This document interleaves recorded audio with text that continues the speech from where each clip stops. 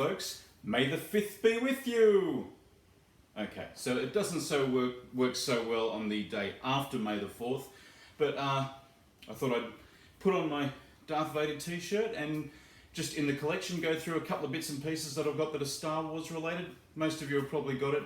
I used to have a stack of Star Wars stuff, but just over the years, as I matured, I got rid of a lot of it. You know, I sold the toys and got rid of the comics and stuff like that. So I really had to start my whole Star Wars collection from scratch when the new movies came out. In new movies, I mean 1999 or whatever it was when Episode 1 came out.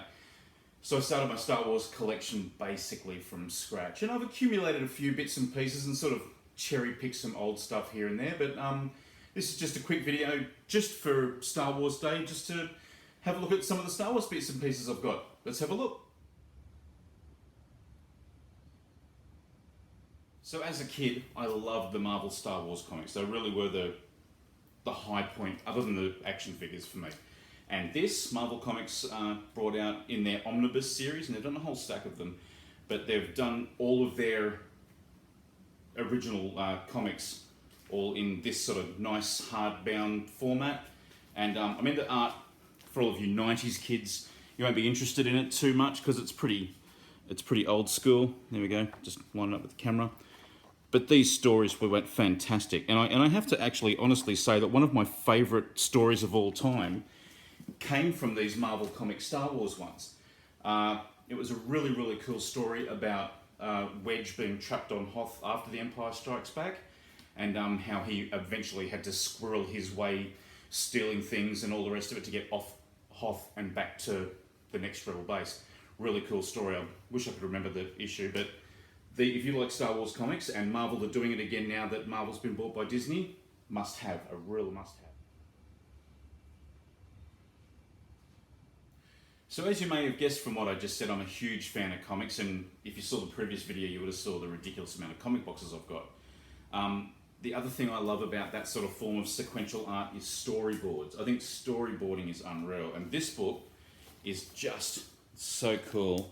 It's got all of the, from what I understand, there's a full set of the films now. I think the original trilogy, maybe. No. This is the prequel trilogy, and there is another book that's just got the original ones in it. I think I picked this one up because I'm cheap and nasty, and it was just a cheap book. But I just love how these guys storyboard this sort of stuff. It must be really cool for a director to sit down with a comic artist or a graphic designer or whatever and come up with what the film's going to look like and how the sequence of everything happens. And this is just a really cool one. If you can get your hands on that, or the other one, which unfortunately I don't have, grab it. It's really awesome. Star Wars Storyboards. I've always been a massive fan of the DK books. You can see here behind me that there's a whole pile of the Marvel ones just here, and a couple of DC ones. And I've got a few of the movie ones as well, like a Batman one and Pirates of the Caribbean and things like that. But these ones are really cool. This is Star Wars year by year. It's not like the other ones, which are more of a dictionary of the product. This actually tells the origins of Star Wars. Fancy slipcase, and then the actual book itself has, the evolution of bits and pieces that was associated, what Lucasfilms was doing, what was happening in the world at that time, and how it influenced the film, or in the films, I should say, or in some case, how the films influenced what was going on outside of them. There's a DC Comics year by year, and there might be a Marvel one as well. I've only got the DC one, but yeah, it's an interesting look at how the influences the art. Art influences life, life influences art, and blah blah blah. But that's a really good book to have a look at how that all worked within George Lucas's creation. So check that out if you can get your hands on it.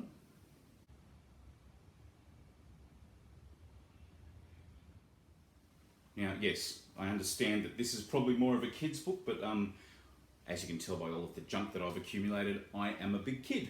And I've fancied myself as a comic artist. We go back to that whole thing with me collecting comics, and I've always wanted to do comics, and I don't have the props or the skill or anything to do it. But this was like I just picked these up. There's a Marvel one of these as well, and it just shows you step by step how to do, it basically teaches you step by step how to draw, but using the basis of the Star Wars universe. Some really nice art in there, and I can't remember the name of the artist, but he does some really cool stuff. Oh no, Anakin Skywalker.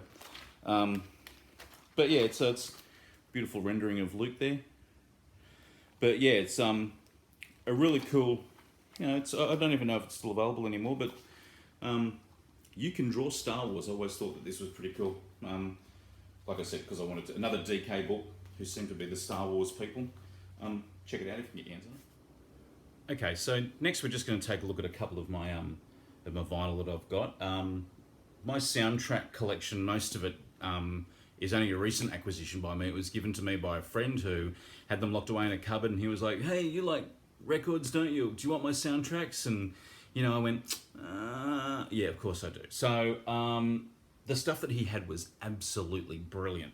First one off the rank for Star Wars Day is Japanese Star Wars.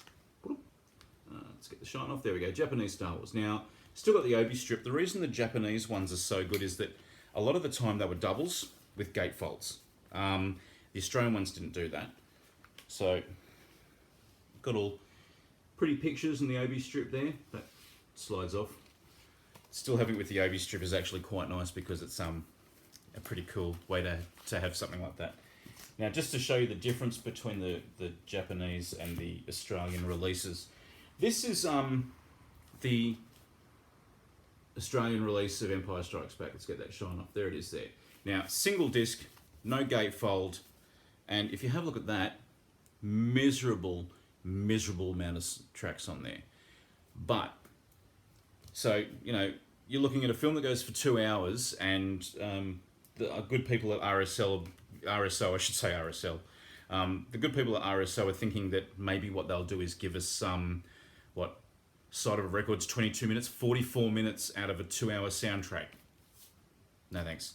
How about, not quite right, but 88 minutes. So as you can see, a lot more tracks there. Put it more in the middle. But yeah, so if I put them side by side, you can see just why you'd buy the Australian one rather than the Japanese one rather than the Australian one, because the Australian one has nothing compared. At least it wasn't just sort of a straight port over. They sort of mixed it up a little bit, but still, I'd rather all of those tracks on the Japanese ones. Of course, you can't have those three without Return of the Jedi. There we go. Unfortunately, again, this is an Australian one, so there's only the one disc with those tracks on it. But I'm not even sure if there was a Japanese release of this. But what does make up for that is something pretty cool. I actually have, on a picture disc, the story of Return of the Jedi. Now, this is a quirky little piece, this one. So that's the cover. It's the back cover. Luke, use the Force. The interesting thing about this is that, other than it being a pretty cool picture disc, and like, you get that they'd pick Luke because, you know, he's the hero of the rebellion, and for some reason Wicket on the other side. I guess they're appealing a picture disc like this to kids, so that's why you'd go with the fuzzy kid-related thing. Interesting thing about this, again with records, they are 22 minutes aside. So to show a however long a movie, how long was Return of the Jedi? Let's call it 2 hours, maybe, give or take. You do that on 44 minutes. The speed's just slightly a bit too fast, and you can't so much hear it with the main characters' voices, but when Darth Vader starts talking and he's a little bit like this, luckily I've got a Newmark turntable, and it has a speed adjuster, so I can actually slow it down, and realistically the 22 minutes aside should really run for about 26 to 28 minutes aside, so I've got to slow it down a fair bit to make it sound right. The music in the background's fine, but it's just it's really weird hearing Darth Vader specifically talk like somebody's switched his oxygen tanks or something around for helium. It's pretty funny. Okay, so that's a little bit of my Star Wars collection. I'm not going to show you any farther, because I'm not your father. Anyway, as usual, if you want to read some movie reviews that I've done, go to www.towatchpile.com. I'll put a little thing somewhere here or here. And I must mention too that the track at the beginning of the videos, that was recorded by Rhett McCullough, who's the guitarist from Enticer, and it's obviously John Williams' score from Star Wars. So happy May the 5th or May the 4th or whatever you like, and see you next time. Bye.